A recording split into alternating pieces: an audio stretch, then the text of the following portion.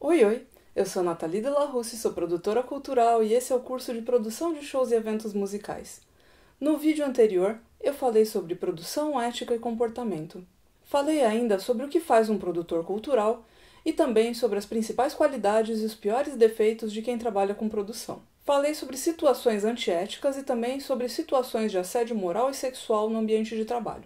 Hoje eu vou falar sobre a famigerada falta de mão de obra qualificada em eventos. Existe uma grande parcela de profissionais já estabelecidos na área de eventos que adora dizer que o mercado de entretenimento sempre teve em plena expansão, mas que faltam profissionais qualificados. Será que isso é verdade? Na minha opinião, isso é falso. Existem sim profissionais mais do que qualificados. O que pode ser que não exista são profissionais qualificados com papel pendurado na parede que sirva como comprovação de formação. O diploma nem sempre serve como comprovação de experiência. Primeiramente, a gente precisa entender que produtores culturais trabalham em centros culturais, fundações, institutos, museus, teatros, galerias de arte, cinema, bibliotecas, escolas de todos os níveis, universidades, órgãos oficiais de cultura, municipais, estaduais ou federais, em organizações não governamentais, as chamadas ONGs, indústria cinematográfica, fonográfica, empresas de televisão e rádio, setores de marketing cultural, empresas de produção artística e escritórios de direitos autorais. Por causa dessa grande variedade de empresas que contratam produtores culturais em seu quadro de funcionários, é normal que profissionais da área de comunicação social, rádio, TV, jornalismo, ou marketing, música, artes visuais, artes cênicas acabam se tornando produtores. No livro Produção Executiva Logística de Shows e Eventos Artísticos, escrito pela professora doutora Isaíra Maria Garcia de Oliveira, uma informação de extrema importância que está listada no Cenário Brasileiro da Exclusão Cultural, que é decorrente de pesquisas realizadas pelo Ministério da Cultura em 2007 e 2008 e que teve seu resultado divulgado em 2009 é: 56,7% da população empregada na área de cultura não tem carteira assinada ou trabalha por conta própria. Isso mostra uma falta de profissionalização do setor e uma falta de articulação dos interessados em seus benefícios trabalhistas. Apenas 30% dos funcionários de casas de espetáculos pesquisados trabalham em regime CLT. O restante atua como freelancer. É mais barato para a empresa, mas nada interessante para o produtor, que não recebe seus benefícios. Eu, Nathalie, trabalhando há mais de uma década nessa indústria vital, nunca tive um registro em carteira quando trabalhei em empresas de produção de eventos. Ainda bem que eu tive a sorte imensa de ninguém nunca ter me dado calote. Os proprietários das empresas onde eu trabalhei nunca assinaram minha carteira, nunca fizeram contrato, mas no momento em que eles me demitiram ou que eu pedi demissão, sempre foi calculado tudo certinho para rescisão. Eu tive muita sorte nesse sentido. Mas isso não é uma realidade nessa área, infelizmente. Algo que é importante pontuar quando a gente fala na falta de mão de obra qualificada para shows e eventos musicais é a falta de cursos, principalmente cursos superiores adequados para a formação de profissionais nessa área. A gente encontra vários cursos livres, cursos técnicos e também tecnólogos em eventos, que por sinal focam bem pouco na produção de shows e eventos musicais, e a grande maioria das instituições culturais que contrata não aceita formação em cursos tecnólogos quando abrem processos seletivos para a contratação de funcionários. Quando a gente vê a ementa de um curso tecnólogo em eventos, a gente vê muito ali as noções de cerimonial e de eventos corporativos. Quando a gente abre um pouco mais o leque e pensa em cursos de gestão cultural, a gente percebe que o foco maior acaba sendo políticas públicas para a cultura. Esses cursos de gestão, inclusive, vêm acompanhados de uma linguagem extremamente acadêmica que mais atrapalha do que ajuda. Eu vejo colegas meus de profissão tendo grandes dificuldades nesse sentido, e é uma dificuldade que eu tenho também. De uns tempos para cá, algumas faculdades criaram cursos superiores específicos de produção cultural e, dando uma busca na internet, encontrei 6 cursos com duração entre 9 meses e 3 anos. 5 são declaradamente tecnólogos e um não está especificado. Outras 2 faculdades que ofereciam esse curso não os oferecem mais. As matrizes curriculares desses cursos são bem parecidas. Os mais curtos focam em gestão de projetos culturais, políticas públicas, leis de incentivo, legislação e marketing cultural. Os mais longos acabam abordando temas como história da arte, história da música, história do teatro, história da dança, que são temas que quem tem afinidade com cultura já conhece bem. Talvez seja mais interessante fazer uma pós, se especializar num desses temas e aprender de forma mais extensa do que aprender uma pincelada disso só para tapar buraco na ementa do curso. A área de produção de eventos é uma área marcada pelo dinamismo, pela criatividade, pela expressão.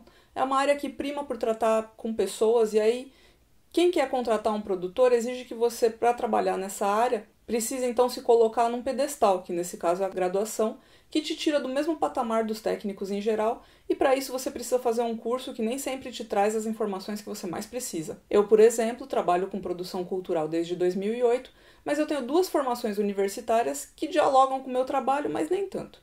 Eu sou tecnóloga em design de interiores e eu tenho licenciatura em artes visuais. Para aproximar a minha formação em design da minha profissão como produtora cultural, eu fui aluna em 2 cursos livres de cenografia, tentando unir meus conhecimentos de uma melhor forma. Será que a essa altura do campeonato seria interessante para mim fazer uma 3ª graduação, dessa vez em produção ou gestão cultural? Ou então uma pós-graduação? As opções de cursos presenciais para a maioria das pessoas que trabalham com produção não funcionaria. A sorte é que existem muitas opções à distância, principalmente. Depois da pandemia, mas dependendo do ritmo de trabalho do profissional, também fica inviável. Imagina, por exemplo, uma produtora mulher, mãe, que precise cuidar da educação dos filhos, cuidar da casa. Onde ela vai encontrar pique para ainda dar conta de fazer uma faculdade, mesmo que seja à distância? É impossível achar uma produtora que dê conta disso? Não. Mas eu acho, inclusive, que as pessoas não deveriam ter que se sacrificar e sacrificar suas horas de descanso ou de lazer para poder colocar um diploma na parede. Eu sempre vou achar que a experiência adquirida profissionalmente vai valer mais do que o diploma. Obviamente, eu estou falando tudo isso pensando em pessoas que já trabalham com produção desde a época que não haviam muitas opções de graduação para trabalhar nessa área e que, de repente, para serem contratados com carteira assinada numa grande instituição cultural, se sentem jogados para escanteio, mesmo com um currículo rico em experiências. Já quem quer começar agora, do zero nesse ramo, pode e deve sim fazer uma graduação adequada e seguir pela pós-graduação e tudo o que tiver oportunidade de fazer. Agora, tão importante quanto falar de graduação é falar sobre idiomas, especialmente o inglês. Estude inglês, vai te ajudar muito no dia a dia de produção, vai valorizar seu currículo. Inclusive, durante muito tempo, eu tirei uma boa grana extra fazendo traduções de riders técnicos, riders de hospitalidade, para produtores que não falavam inglês. A maior instituição cultural do Brasil só contrata licenciados e bacharelados e corta os tecnólogos na triagem do processo seletivo. Nisso, contrata professores de literatura, de biologia, de física, contrata publicitários e profissionais de marketing, mas não contrata tecnólogos em eventos ou em qualquer outra área, mesmo que o candidato tenha experiência comprovada. Abrem mão de ter profissionais em suas equipes que sejam experientes e que tenham uma vivência real da área e acabam contratando profissionais que muitas vezes não aguentam tranco.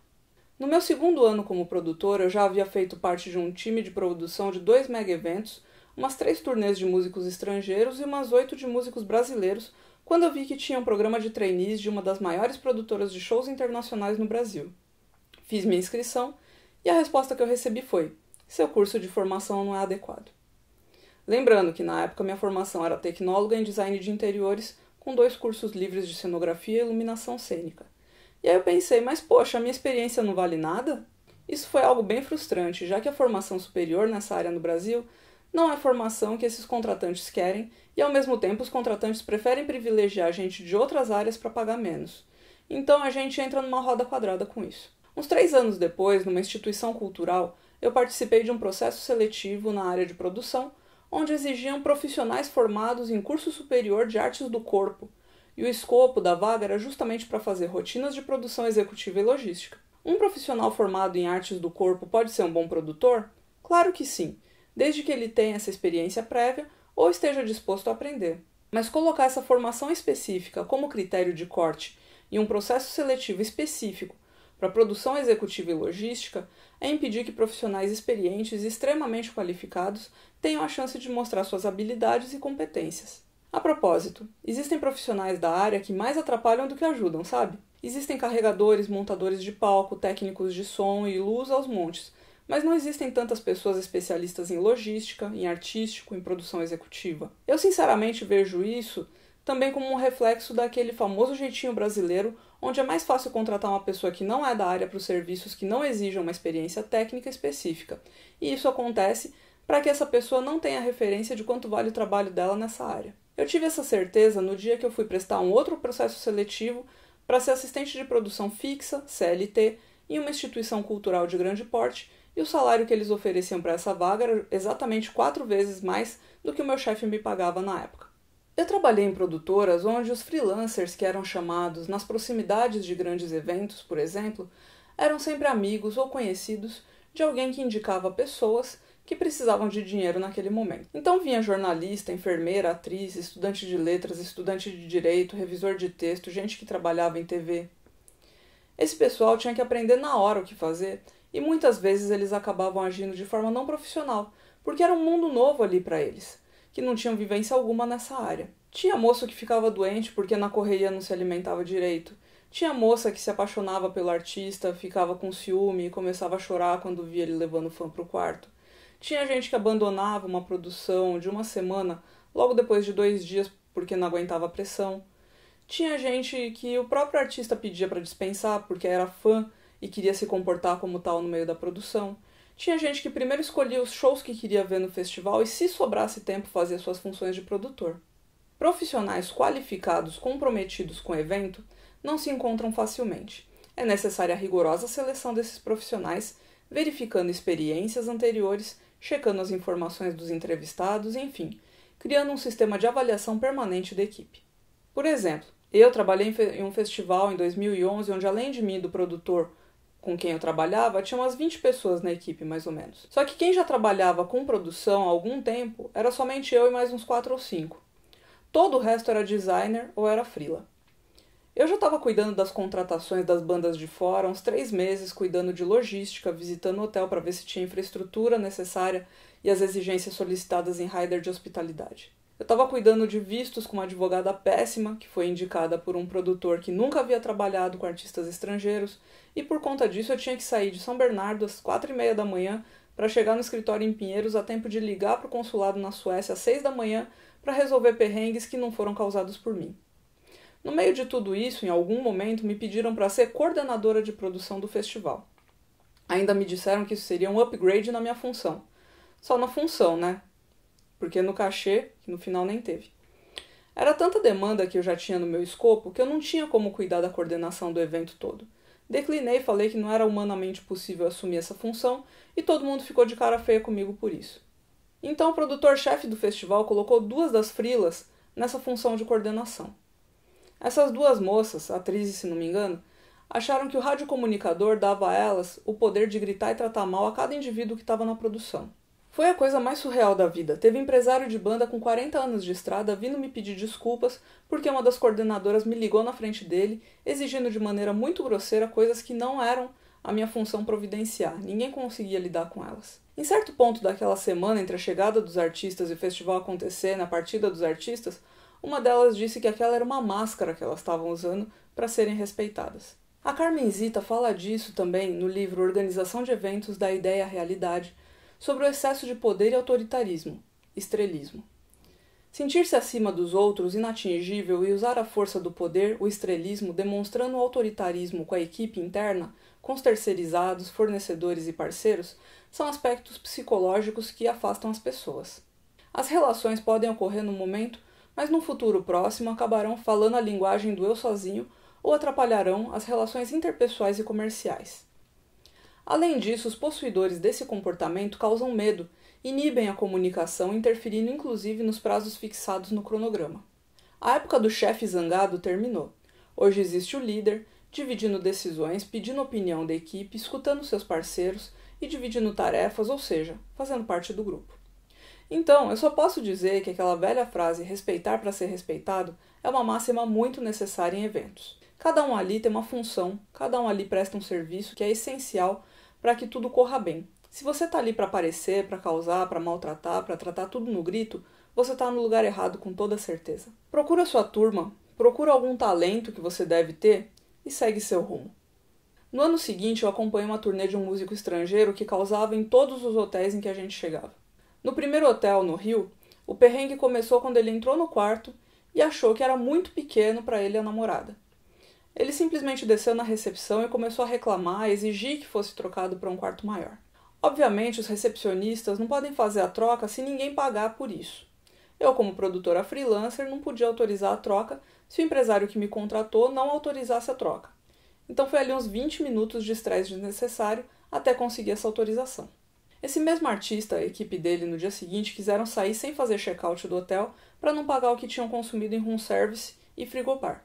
Quando eu exigi que fizessem o check-out como qualquer pessoa normal faria, os cartões de crédito deles estranhamente não passavam, tendo 40 minutos para chegar no aeroporto, fazer check-in na companhia aérea e embarcar para a próxima cidade onde teria show à noite. Com muito jeito, com muita educação da minha parte, eu consegui que o gerente do hotel liberasse a nossa saída para receber os pagamentos pendentes dos gringos quando eu chegasse na cidade do próximo show.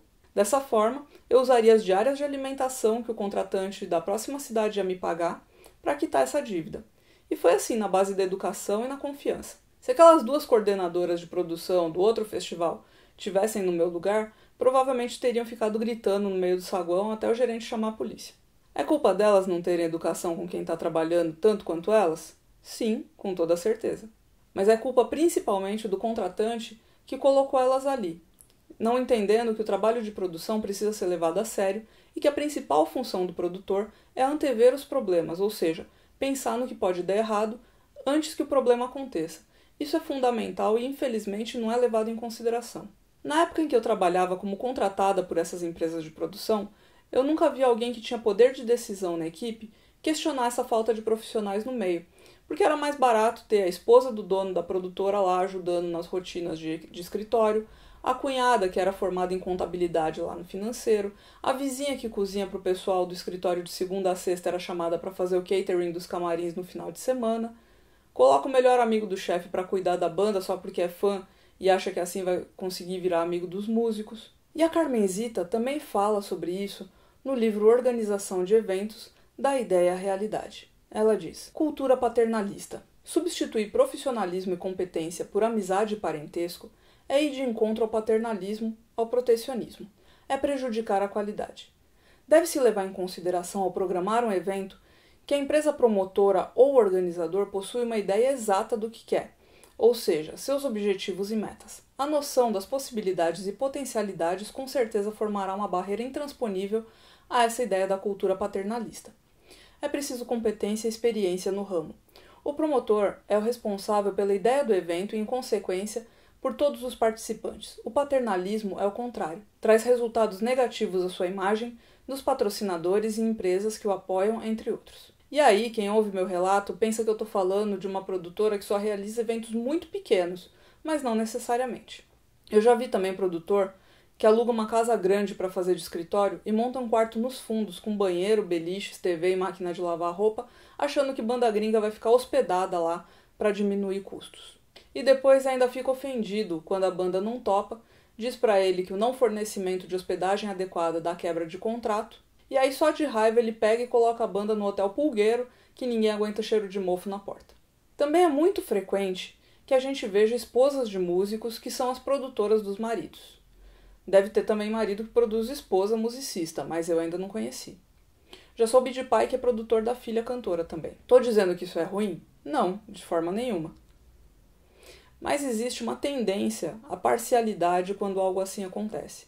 É necessário ter um distanciamento entre a vida profissional e a vida pessoal nesse caso. Eu já trabalhei com produtoras que eram casadas com artista e havia uma tendência da produtora a ver só o lado do artista e esquecer que tinha vários outros fatores envolvidos, como contratante, banda, limitações de orçamento. Como eu já falei anteriormente, o produtor é um ponto focal que vai servir de interface entre todos os envolvidos no projeto. Eu trabalhei com um artista excelente, que a esposa era a produtora dele na época, e toda vez que eu conseguia uma data de show, a primeira coisa que ela fazia era ligar, querendo um adiantamento de cachê, porque, segundo palavras dela, o aluguel estava atrasado.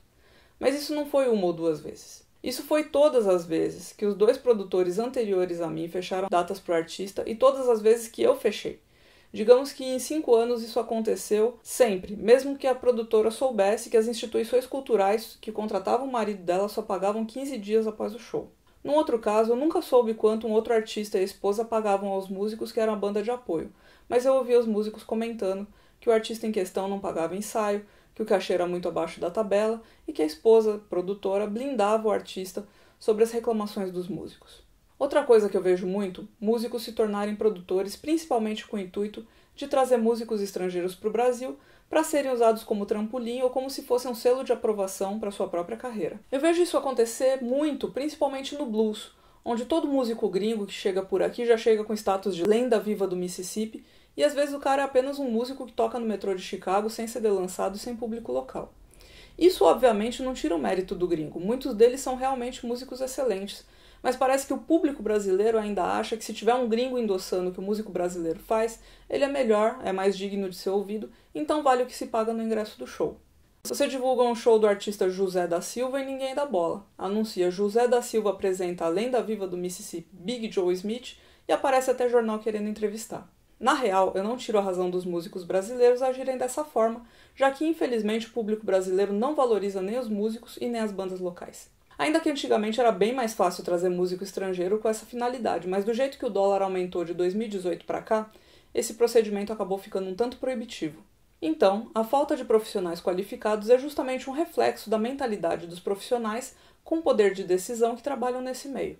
Eu li uma frase do Facundo Guerra no livro Empreendedorismo para Subversivos, escrito por ele, que diz o seguinte: o custo de fazer algo bem feito é o mesmo de fazer algo mal feito, só demandará mais energia e preocupação da sua parte dedicar-se ao processo e se enxergar no produto final. Algo que eu também percebo ao longo desses 12 anos é como a produção de shows evoluiu de um mundo essencialmente masculino para um mundo bem mais diverso. De 2008 até 2017 eu havia trabalhado apenas com 2 produtoras profissionais mulheres. Tive aula de produção com outras 4, e eu mesma só havia produzido shows de uma artista mulher brasileira, em meio a mais ou menos umas 40 bandas só de homens. Até que em 2017, por alguma coincidência do destino, eu fui convidada para realizar a produção executiva de um evento literário com palestrantes mulheres e conheci uma escritora que me contou sobre o coletivo do qual ela faz parte, um coletivo de mulheres negras periféricas escritoras. Ali naquele momento caiu a ficha de que eu havia passado todo esse tempo basicamente sem trabalhar, nem com artistas, nem com produtoras mulheres.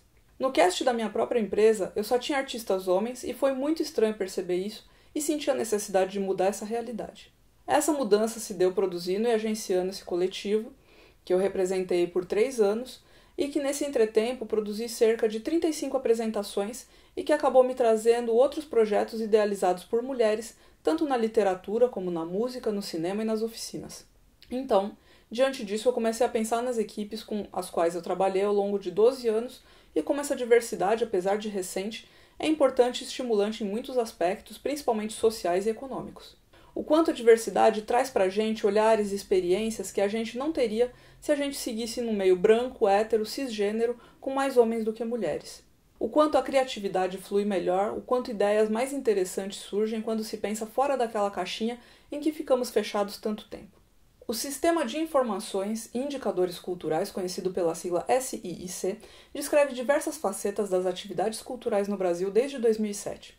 Na última pesquisa, que foi realizada em 2017, 2018 e divulgada em 2019, há um indicador de que as pessoas ocupadas no setor cultural em 2017 eram em sua maioria do sexo masculino, ou seja, 55,3%, comparado ao feminino, 44,7%.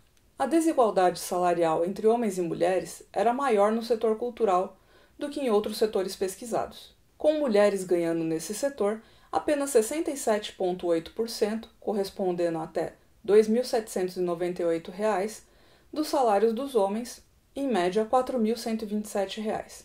Ao mesmo tempo, 32,8% de pessoas assalariadas possuíam nível superior no setor cultural.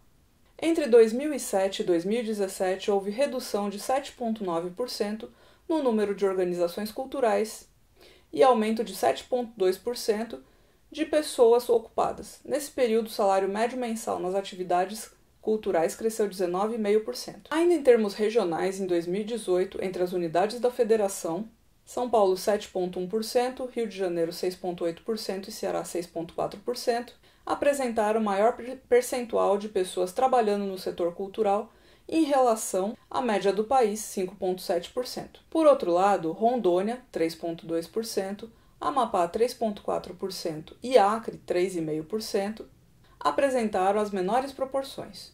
Da mesma forma, a ocupação cultural se mostrou mais forte nas capitais em relação ao total das unidades da federação. Os maiores valores estavam em Florianópolis, 10,4%, Manaus, 9,1% e São Paulo, 9,1%. Ao detalhar o perfil dos trabalhadores do setor cultural, homens e mulheres apresentavam um nível de instrução mais elevado que o observado entre os ocupados no mercado de trabalho em geral. Em 2018, no setor cultural, 26,9% possuíam nível superior completo, ante 19,9% dos trabalhadores em geral. A participação dos trabalhadores com carteira assinada na população ocupada reduziu no Brasil nos últimos anos e tal movimento foi acompanhado pelo setor cultural. Entre 2014 e 2018, o percentual de ocupados que possuíam carteira de trabalho assinada caiu de 39,3% para 35,6%, enquanto que esse percentual para os ocupados na cultura foi de 45% para 34,6%. Além disso, em 2020, saiu uma pesquisa denominada Mulheres na Indústria da Música: Obstáculos, Oportunidades e Perspectivas, realizada pela DataSim, que é um núcleo de pesquisa e organização de dados e informações sobre o mercado da música no Brasil. Eu acredito que a análise dessa pesquisa, que está disponível na internet, é muito importante para que a gente entenda e incentive mulheres para que elas ocupem cada vez mais seus lugares no entretenimento, na produção. É uma pesquisa que mostra que a grande maioria das respondentes são mulheres brancas, jovens, solteiras e sem filhos. Então que nós, que somos mulheres e que estamos dentro desses parâmetros citados e já trabalhamos na área de produção, podemos fazer para que outras mulheres fora desses parâmetros possam também ocupar os seus espaços. Lembra que eu falei há pouco sobre produtoras mulheres, mães, que muitas vezes não têm uma rede de apoio para poder buscar uma graduação na área de produção de eventos culturais? Talvez várias delas também não estejam conseguindo atuar na sua área profissional por vários motivos. Considerando agora não apenas mulheres, mas pensando também em pessoas que se identificam como LGBTQI+, pensando em jovens carentes, em pessoas negras, como podemos pensar na inclusão deles no nosso meio profissional? Podem ser organizados workshops de produção em associações comunitárias periféricas? Podem ser gravados podcasts ou criados canais em plataformas de vídeo dando aulas sobre produção e estimulando trabalhos teóricos e práticos adequados à realidade desses alunos e futuros profissionais? Podem ser abertas vagas de assistência em produção de eventos para que essas pessoas que ainda não têm experiência possam observar como esse trabalho acontece e terem chance de participar, sabendo que como esse meio funciona e sendo remuneradas para isso? E é com essa série de perguntas que eu proponho a reflexão e o debate das ideias entre profissionais do entretenimento para que essas soluções possam ser implementadas no nosso dia a dia. E como o nosso encontro de hoje está chegando ao fim, é hora da revisão. Nesse terceiro encontro eu falei sobre a falta de mão de obra qualificada em eventos. Eu expliquei todos os motivos pelos quais eu acho que isso não é uma realidade. Falei também sobre as dificuldades que profissionais com muita experiência enfrentam ao buscar colocações em instituições culturais. Falei sobre pesquisas que apontam indicadores sobre o tema mão de obra no entretenimento. E deixei uma série de perguntas buscando a reflexão de quem assistiu a esse encontro sobre como tornar o nosso meio profissional mais diverso e inclusivo. E falando em diversidades, hoje eu quero deixar aqui como dica de leitura um livro maravilhoso chamado Preta Potência, escrito pela Adriana Barbosa, criadora da Feira Preta, que é o maior evento de cultura e empreendedorismo negro da América Latina, que teve início em 2002. Esse livro foi lançado em fevereiro de 2021, em meio à pandemia. A Feira Preta teve a sua 18ª edição em 2019, é um evento que recebeu mais de 200 mil pessoas, e nesse livro a Adriana conta um pouco sobre como nasceu a ideia de organizar esse evento, quais os percalços que ela enfrentou desde a primeira edição e como ela superou várias dificuldades. Na próxima aula, o tema é Tipos de produtor. Quais as especialidades de cada um? Por hoje eu fico por aqui, mas a gente se vê logo mais. Até!